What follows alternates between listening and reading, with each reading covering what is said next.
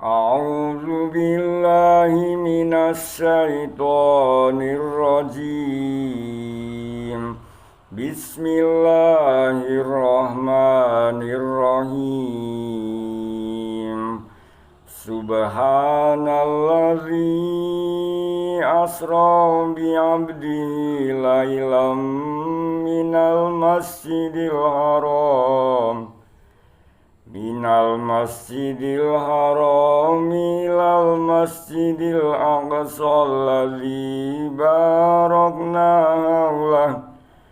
alladzi barakna hawlahu linuriyahu min ayatina innahu huwas samiul basir.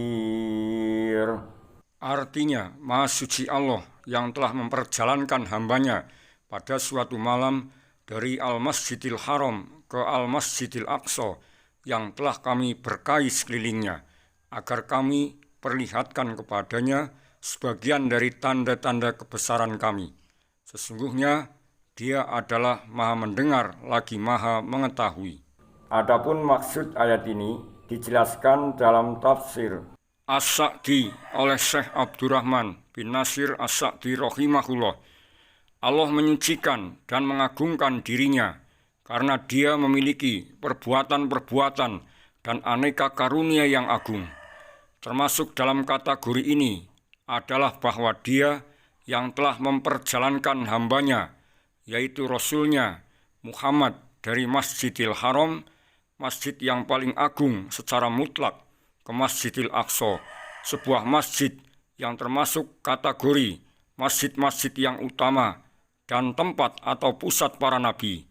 Beliau di perjalanan dalam satu malam melintasi jarak yang sangat jauh, dan kembali pada malam itu juga Allah menunjukkan tanda-tanda kebesarannya kepada beliau yang menyebabkan beliau mendapatkan tambahan petunjuk, kekuatan, basiroh, ketetapan hati, serta pembeda antara yang benar dan batil. Peristiwa ini menunjukkan perhatian dan kelembutan Allah terhadap Nabi, lantaran Dia memberikan kemudahan dalam seluruh urusan, serta melimpahkan karunia-karunia-Nya kepada beliau hingga mengungguli orang-orang terdahulu dan generasi yang akan datang dengannya. Zahirnya ayat ini menunjukkan bahwa peristiwa Isra terjadi pada permulaan malam dan sejak dari tempat Masjidil Haram itu sendiri.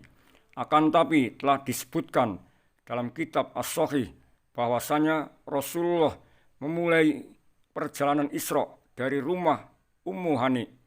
Berdasarkan ini, maka keutamaan Masjidil Haram berlaku untuk seluruh tanah haram. Di setiap tanah haram, pahala beribadah akan berlipat ganda, sebagaimana pelipat gandaan pahala ibadah di dalam Masjid Haram. Selain itu, ayat ini menunjukkan bahwasanya peristiwa Isra dan Mi'raj berlangsung dengan ruh dan jasad Nabi sekaligus. Karena jika tidak demikian, maka kejadian ini bukanlah termasuk tanda kebesaran yang besar dan keistimewaan yang agung. Begitu banyak hadis yang diriwayatkan dari Nabi berkaitan dengan peristiwa Isra dan Mi'raj.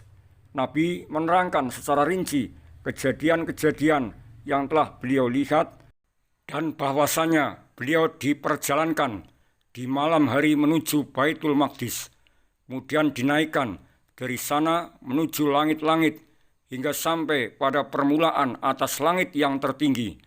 Beliau telah menyaksikan surga dan neraka, bertemu dengan sejumlah nabi sesuai dengan kedudukan mereka. Lantas ditetapkan atas beliau kewajiban sholat 50 waktu dalam sehari semalam. Atas arahan dari Nabi Musa Al-Kalim, beliau berbolak-balik kepada Robnya untuk meminta keringanan hingga menjadi 5 kali waktu secara perbuatan dan menjadi 50 dalam pahala dan balasannya. Beliau dan umatnya telah meraih sumber-sumber kebanggaan di malam itu, yang tidak ada yang mengetahui kadarnya kecuali Allah. Allah menyebut Muhammad di sini dan di dalam kesempatan menurunkan Al-Quran dan di tempat penentangan sifat ubudiyah lantaran Rasulullah telah meraih kedudukan yang tinggi ini melalui penyempurnaan penghambaan beliau kepada Robnya dan firman Allah yang telah kami berkahi sekelilingnya dengan pepohonan yang banyak dan sungai-sungai dan kesuburan yang langgeng.